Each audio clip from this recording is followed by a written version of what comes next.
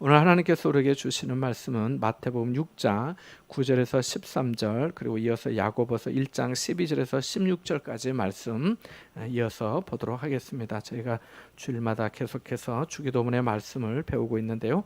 마태복음 6장 9절에서 13절 말씀 먼저 읽어보고 또 야고보서의 말씀 함께 보겠습니다. 먼저 마태복음 6장 9절에서 13절까지 말씀입니다. 찾으셨으면 같이 봅니다. 시작. 그러므로 너희는 이렇게 기도하라. 하늘에 계신 우리 아버지여, 이름이 거룩히 여김을 받으시오며 나라가 임하시오며 뜻이 하늘에서 이루어진 것 같이 땅에서도 이루어지이다. 오늘 우리에게 일용할 양식을 주시옵고 우리가 우리에게 지은 죄를 사하여 주시옵고 우리를 시험에 들게 하지 마시옵고 다만 악에서 구하시옵소서. 나라와 권세와 영광이 아버지께 영원히 있사옵나이다. 아멘.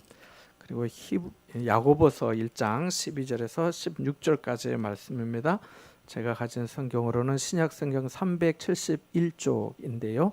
신약성경 371쪽 야고보서 1장 12절에서 16절까지 함께 보겠습니다. 화면에도 나옵니다. 같이 봅니다. 시험을 참는 자는 복이 있나니 이는 시련을 견디어낸 자가 주께서 자기를 사랑하는 자들에게 약속하신 생명의 면류관을 얻을 것이기 때문이라. 사람이 시험을 받을 때 내가 하나님께 시험을 받는다 하지 말지니 하나님은 악에게 시험을 받지도 아니하시고 친히 아무도 시험하지 아니하시느니라. 오직 각 사람의 시험을 받는 것은 자기 욕심에 끌려 미혹됨이니 욕심이 잉태한즉 죄를 낳고 죄가 장성한즉 사망을 낳느니라. 내 사랑하는 형제들아 속지 말라. 아멘. 그리스 신화에 보면은 망망대해에서 사람들을 유혹하는 여신 세이레네스라고 하는 이야기가 나옵니다. 이 세이레네스는 상반신, 위의 몸은 아름다운 여자의 몸이고 하반신은 새의 모습입니다. 세이레네스는 배가 정막의 섬이라고 하는 불리는 곳을 지날 때마다 매혹적인 노래를 불러서 선원들과 여행객들을 유혹하였습니다. 그래서 배들은 이 세이레네스의 노래에 정신이 팔려서 노래가 들리는 섬에 가까이 가다가 암초에 부딪혀 좌초되고 말았습니다. 그렇게 세이레네스는 사람들의 돈과 보물을 빼앗고 생명까지 해쳤습니다. 누구든 세이레네스의 노래를 들으면 온전히 그 섬을 통과할 수 없었습니다. 그런데 그 섬을 통과한 배가, 무사히 통과한 배가 두 척 있었습니다. 하나는 이아손의 아르고호였고 다른 하나는 오디세우스의 배였습니다. 이아손의 아르고호는 세이레네스의 유혹을 물리치기 위해서 적극적인 대안을 준비했습니다. 그것은 하프 아시죠? 하프와 비슷한 리라라고 하는 그 악기의 최고 연주자 오르페우스의 지도에 따라서 세이레네스의 노래보다 더 크고 멋진 곡을 연주하고 노래한 겁니다. 그 음악 덕분에 그 세이레네스의 노래에 현혹되지 않고 그 지역을 무사히 통과했습니다. 오디세우스는 트로이 전쟁을 끝내고 고향 이타카로 돌아가는 길에 세이레네스가 있는 정막의 섬을 그도 지나게 됩니다. 세이레네스는 아름다운 노래로 그 배를 사냥하기로 했습니다. 하지만 오디세우스가 이미 세이레네스의 그 치명적인 유혹이 있을 줄 알았기 때문에 부하들에게 밀랍으로 단단히 귀를 막고 노를 젓게 하였습니다. 이아손의 와르고호와 비교하면 소극적인 방법이라 할 수 있지만 이 방법으로 오디세우스와 그 배는 무사히 세이레네스의 유혹을 이기고 그 지역을 통과하게 되었습니다.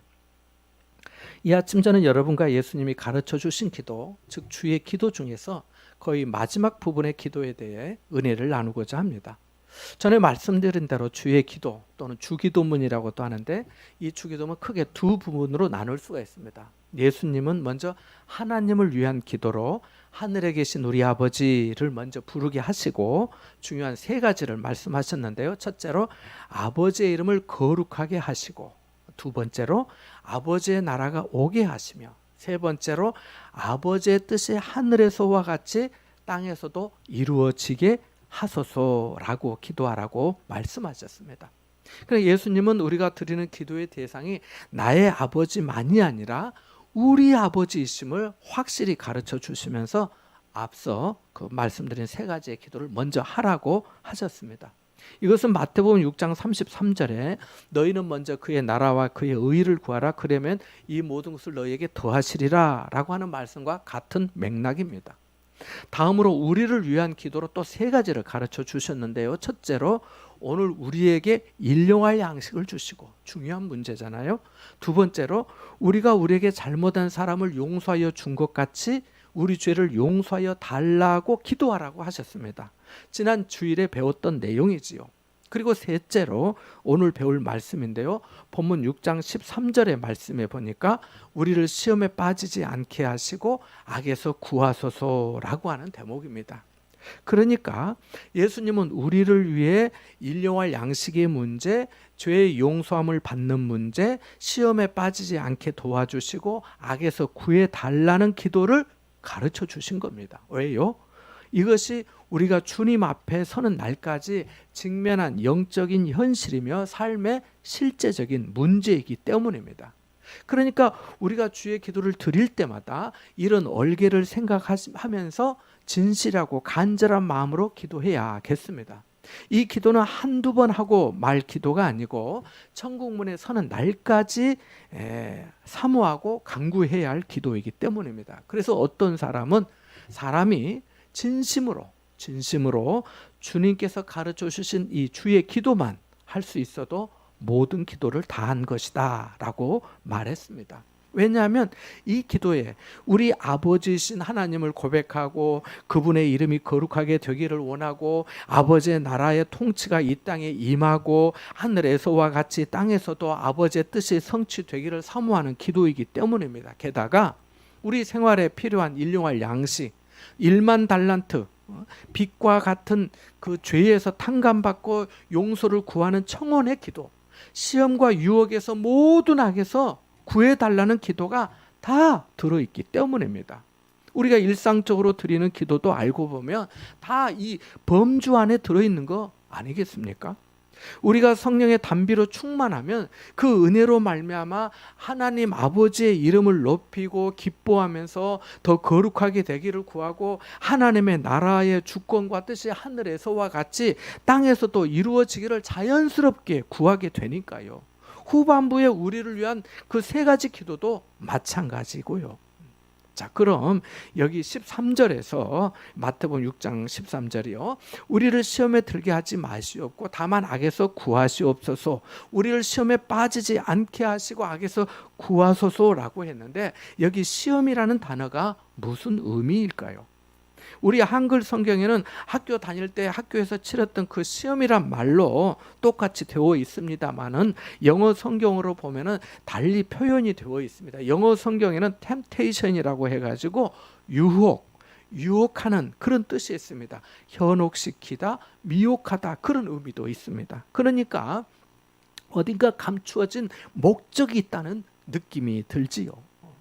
유혹이라는 말에는 선한 목적보다는 악한 목적이 담겨 있습니다. 그러니까 우리를 시험에 빠지지 않게 하시고 라고 하는 말은 우리가 유혹에 빠지지 않게 지켜주세요, 우리를 보호해 주세요 라고 하는 그런 뜻입니다. 간과하지 말 것은 예수님이 이 기도를 가르쳐 주시면서 시험이나 유혹을 아예 없애주세요 하고 가르쳐 주지 않으셨다는 겁니다. 다시 말해 우리 삶에 유혹이 없을 수 없다는 거예요. 사람이 사는 동안 이 코끝에 숨이 멈추는 그 시간까지 유혹이 계속 된다는 겁니다. 성경을 보셔서 아시겠지만은 성경의 대단한 인물들도 그렇게 유혹과 시험을 받았습니다. 그래서 넘어진 사람들이 얼마나 많습니까? 물론 다 넘어진 것은 아닙니다. 어떤 사람은 넘어졌고 어떤 사람은 그 유혹을 물리치고 이겼습니다. 아담과 하와는 강교한 뱀의 유혹에 넘어가 하나님이 먹지 말라, 먹는 날에는 반드시 죽으리라고 명령하신 그 선악을 알게 하는 나무의 열매를 따먹었습니다. 요셉은 주인 보디발의 아내 유혹을 물리쳤지만 다윗은 우리아의 아내 밧세바가 목욕하는 것을 보고 그녀가 누구인지 알아보라 사람을 보냈고 결국 그녀를 취함으로 유혹에 넘어가고 말았습니다. 예수님은 성령에 이끌려 광야에서 40일간 금식하신 후에 마귀의 시험을 받았지만 하나님의 말씀으로 물리치셨습니다. 가룟 유다는 마귀가 예수님을 팔려는 생각을 마음에 싹 넣어주니까 은 30을 받고 대제사장들에게 주님을 팔고 말았습니다. 호세아 선지자는 호세아서 4장 12절에 내 백성이 나무에게 묻고 그 막대기는 그들에게 고하니 이는 그들이 음란한 마음에 미혹되어 하나님을 버리고 음행하였음이라고 말씀하고, 아모스 선지자는 2장 4절에서 그들이 여호와의 율법을 멸시하며 그 율례를 지키지 아니하고 그의 조상들이 따라가던 거짓 것에 미혹되었음이라고 말씀하였고, 예수님도 마태복음 24장 4절에 너희가 사람의 미혹을 받지 않도록 주의하라 이렇게 말씀하셨습니다. 경고의 말씀을 하신 것이죠. 경각심을 가지고 살라는 거지요. 우리는 사람들이 나를 감언 이술로 꼬드기고 과잉 친절히 나를 유혹하는 것이라고 생각할 수 있는데요, 그것만이 유혹이 아닙니다. 마귀가 가룟 유다의 마음에 예수님을 팔려는 생각을 넣어준 것처럼 마귀 사단의 역사로 우리 마음과 생각이 흐려지고 내면에까지 유혹이 파고들 수 있음을 인식해야 합니다. 그래서 주님이 악에서 구하소서 기도하라고 가르쳐 주신 겁니다.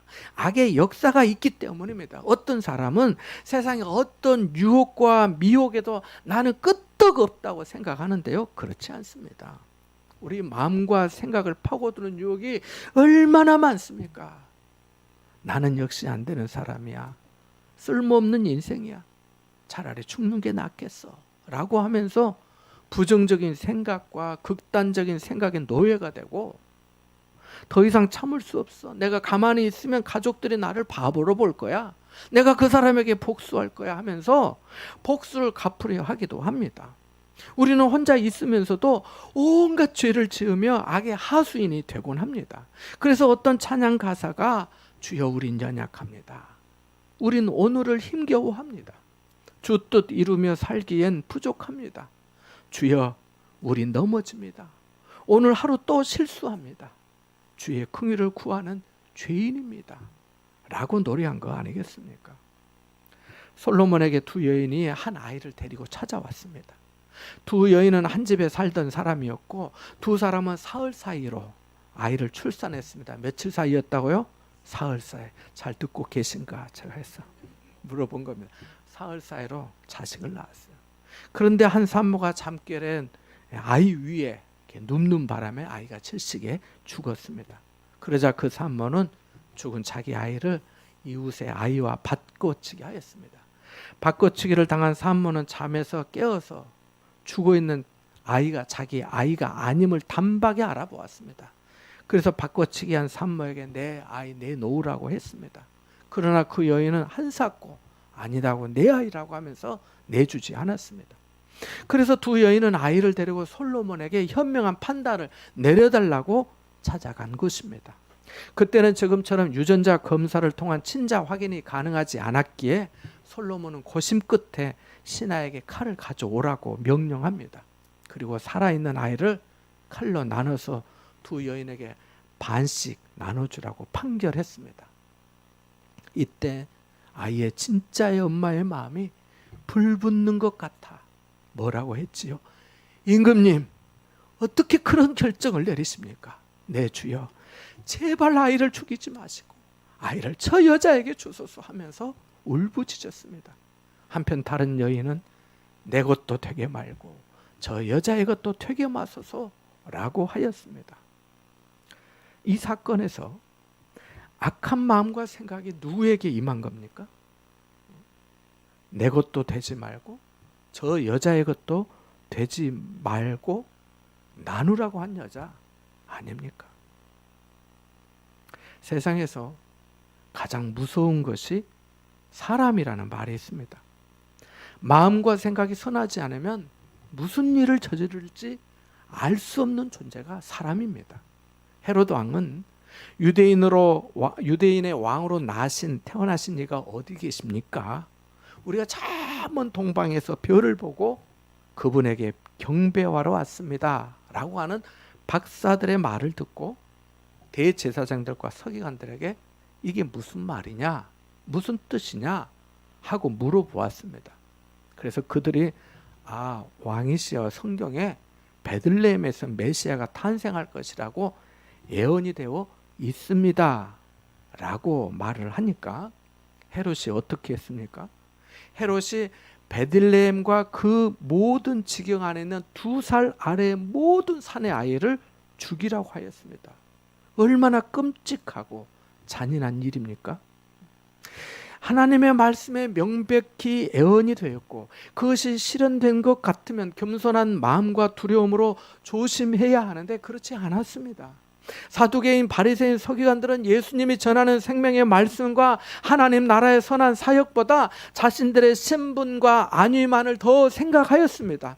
그들은 하나님의 나라를 먼저 구하지 않고 자신들만의 나라를 먼저 구하였던 것입니다. 그들은 하나님이 자신들에 대해 어떻게 생각하실지보다 자신들의 만족이 우선이었습니다. 자신이 우상이었기 때문입니다. 그렇게 어떻게 해서든지 예수님을 책잡으려 했고 논쟁하였고 결국에는 죽여 없애야겠다는 결론에 도달하여 십자가에 못 박아 죽인 거 아닙니까? 인간의 죄된 본성은 철저히 이기적이고 자신을 우상화하고 말았습니다. 주님이 공의를 행하여도 내 마음에 안 들면 틀린 것으로 간주하였습니다. 자기 마음에 들어야 되는 거예요. 남들이 다 마음에 든다 해도 내 마음에 안 들면 싫은 거예요. 하늘에서 성령의 단비가 부어지면 겸손히 마음을 열고 그 은혜를 흡수해야 하는데 반대로 교만의 우산을 받쳐들고 거절하곤 하였습니다. 그러면 은혜는 나와 상관없는 것이 되고 마는 거 아니겠습니까? 함께 읽은 야고보서의 말씀은 예수님의 혈육의 동생 야고보가 쓴 서신입니다. 5장까지 있는 짧은 서신이지만은 경건을 사모하는 그리스도인들에게 굉장히 유익한 말씀입니다. 특별히 함께 읽은 1장 12절에서 16절의 말씀은 시험과 유혹에 대해 중요한 교훈을 우리에게 전해줍니다. 우리 한글 성경에는 시험과 유혹이 분명히 구분되어 있지 않습니다만은 영어 성경에는 단어가 구분이 되어 있습니다. 우리 같이 야고보서 1장 12절 말씀을 다시 한번 읽어볼까요? 1장 12절의 말씀입니다. 같이 봅니다. 시작. 시험을 참는 자는 복이 있나니 이는 시련을 견디어 낸 자가 주께서 자기를 사랑하는 자들에게 약속하신 생명의 면류관을 얻을 것이기 때문이라. 아멘. 여기 시험이라고 하는 단어는 예수님이 가르쳐 주신 주의 기도에 나오는 단어와 한글은 같지만 의미는 완전히 다릅니다. 예수님이 우리를 시험에 빠지지 않게 하시고 악에서 구하소서라고 가르쳐 주실 때에 시험이라고 하는 단어는 나쁜 결과를 유도하는 그 유혹이지만은 이 본문 12절에서의 시험은 더 좋은 변화와 성장을 목적으로 하는 시험과 시련을 의미합니다. 아브라함이 좋은 예라 할 수 있습니다. 하나님이 어느 날 아브라함에게 아들 독자 이삭을 모리아 산에서 번제로 바치라고 하셨습니다. 만일 저와 여러분에게 하나님이 환상 가운데 내가 열심히 기도하고 있는데 갑자기 누구야 하면서 너 자식 셋이지 그 중에 하나 바쳐라 라고 하셨다면 혹시 저한테 하신다면 아마 제가 견디지 못하고 하나님이 제정신이 아니시던 아니면 내가 제정신이 아닌가 보구나 이렇게 생각했을지도 모릅니다. 그런데 아브라함은 달랐습니다. 아들을 아내 나이 90세, 자기 나이 100세에 얻었는데 이것은 정상적인 사람의 생리로 될 수 없다는 것을 이미 알았습니다. 아브라함은 하나님의 은혜로 얻은 선물인 줄 알았기에 하나님께 받은 아들이니 주신 이도 여호와시요 거두시는 이도 여호와이신 줄 알았기에 다시 하나님께 돌려드린다는 마음으로 순종했습니다. 그가 아들을 양을 잡듯이 칼로 죽이려 할 때 하늘에서 아브라함아 그에게 손을 대지 말라. 네가 네 아들 내 독자까지도 아끼지 아니하였으니 내가 이제야 네가 하나님을 경외하는 줄을 아노라 라고 하는 음성이 들렸습니다.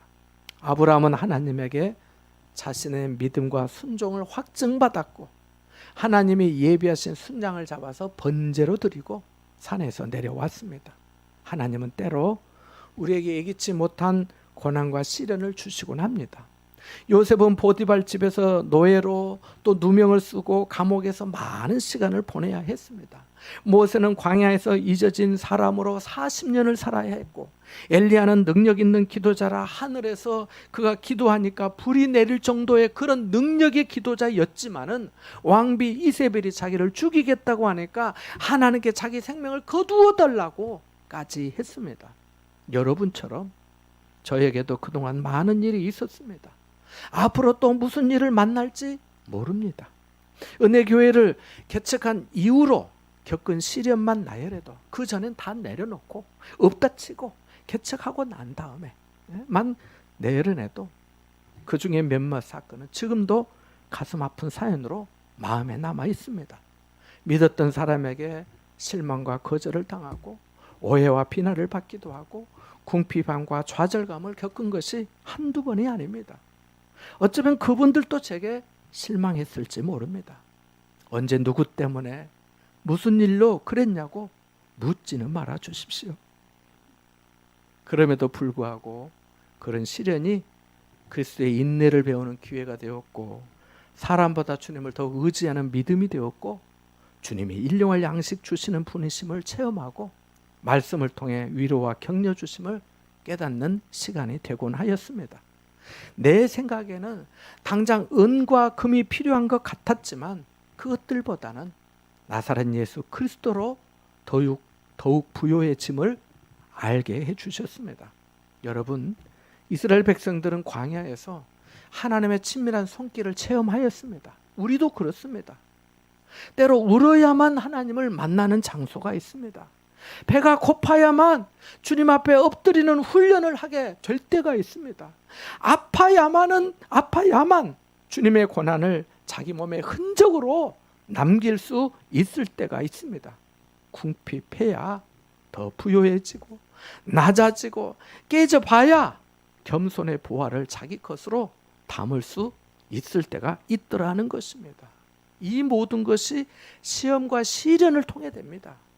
시련이 없기를 바라지만은 이것이 없이는 도무지 겸손해지지 못하고 깨닫지 못하고 감사하지 못하는 것이 인간이기 때문입니다.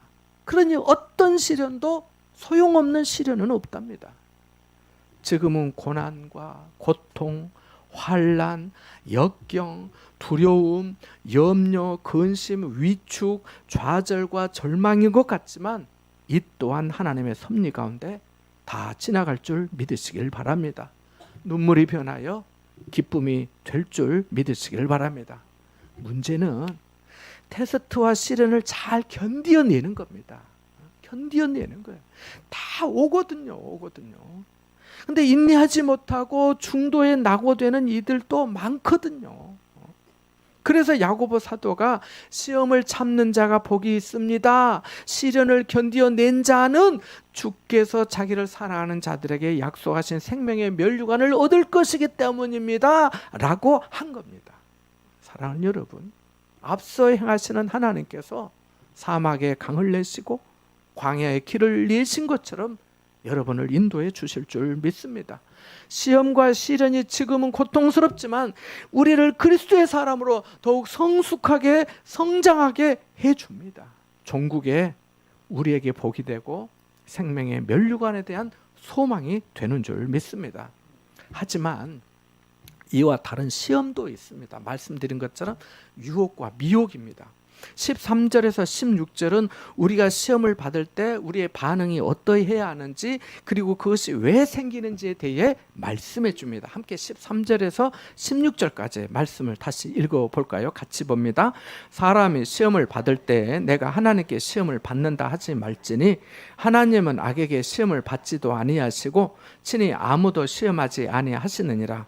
오직 각 사람이 시험을 받는 것은 자기 욕심에 끌려 미혹됨이니 욕심이 잉태한 즉 죄를 낳고 죄가 장성한 즉 사망을 낳느니라. 내 사랑하는 형제들아 속지 말라.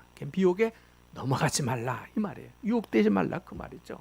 여기 13절의 시험이라는 단어는 유혹과 미혹이라는 의미입니다. 예수님이 가르쳐 주신 기도에서 시험에 빠지지 않게 하시고에 나오는 단어와 같은 말인데요.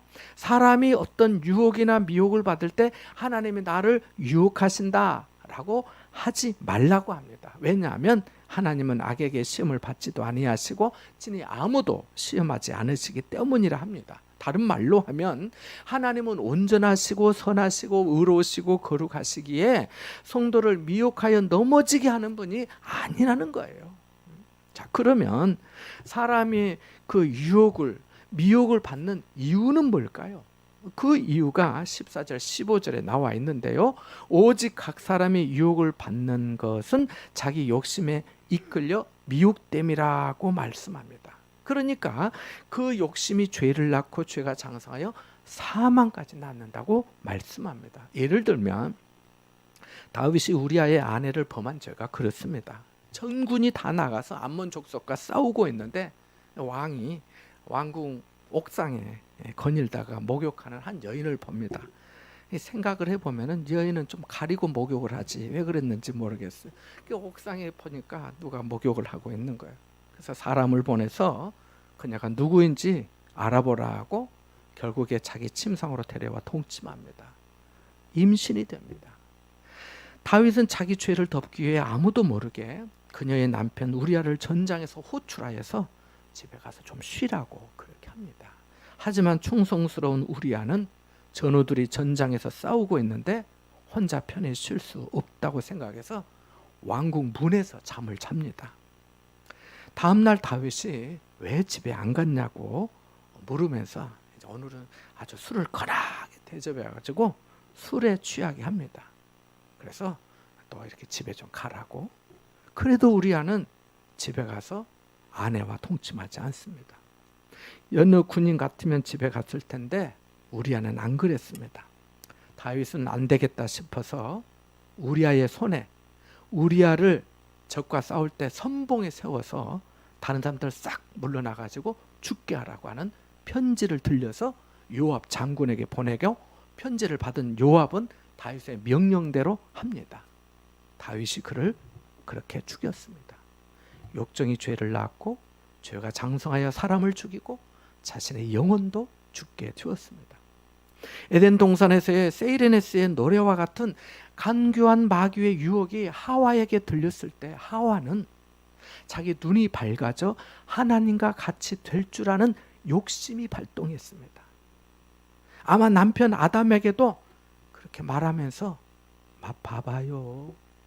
내가 주잖아요. 나도 먹었어요. 당신만 혼자 살라고? 라고 말은 했는지 모르지만 아무튼 선악과를 먹어보라고 했을 것 같습니다. 세상을 보십시오. 욕심으로 부모의 것을 더 갖기 위해 형제간에 소송하는 일이 얼마나 많습니까? 가정에서, 직장에서, 사회의 각 영역에서 나라와 민족 간의 치열한 욕심의 전쟁이 계속되고 있습니다. 그들만인가요? 믿는 우리도 탐내고 욕심내다가 관계가 틀어지고 평안을 잃고 손해본 일이 얼마나 많습니까? 욕심내다 생각지도 못한 악에 빠진 일도 있지 않습니까? 탐심은 우상 숭배라고 하였습니다. 욕심이 우상이라는 거예요.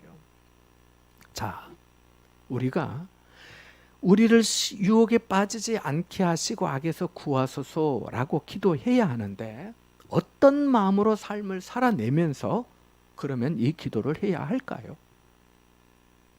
그것은 무엇보다 욕심과 탐심을 내려놓는 겁니다.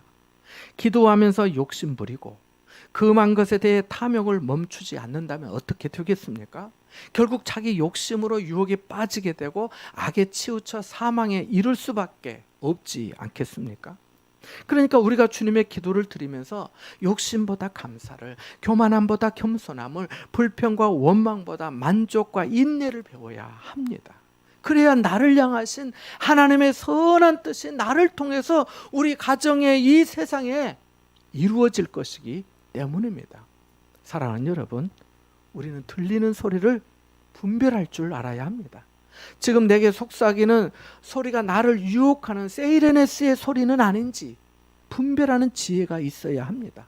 분별할 것은 외부에서 들리는 소리만이 아니에요. 내면에서 압력을 견디지 못해 불쑥불쑥 올라오는 공처럼 선하지 못한 충동이나 욕심도 있기 때문입니다. 그래서 주님의 기도가 우리에게 꼭 필요합니다. 반드시 기도해야 합니다. 우리는 매일 우리를 유혹하는 시험에 빠지지 않게 하시고 악에서 구해 주소서라고 기도해야 합니다. 이 기도를 통해 우리는 어제보다 더 나은 오늘을 살 수 있는 줄 믿습니다. 세월이 가면서 그리스도의 장성한 분량에까지 자라갈 줄 믿습니다. 주님의 기도를 통해 여러분의 삶이 더욱 복되고 윤택하고 기쁨과 평안이 넘치는 은혜의 삶이 되기를 주님의 이름으로 축원합니다. 잠시 말씀을 생각하면서 기도하겠습니다.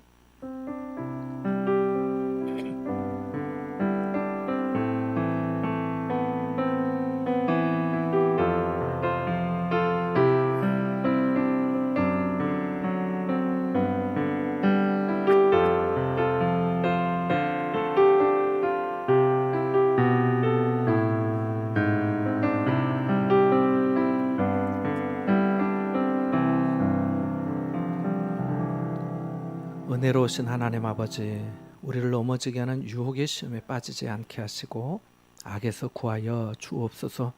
우리에게 들려지는 소리와 환경을 잘 분별하여 선하신 주님의 길을 따르게 하여 주옵소서. 주님의 말씀이 더 크게 들리고 주님을 찬양하는 소리를 더 높이게 하여 주옵소서. 끝없는 욕심을 내려놓게 하시고 감사와 겸손의 사랑으로 섬기며 살도록 성령께서 인도하여 주옵소서.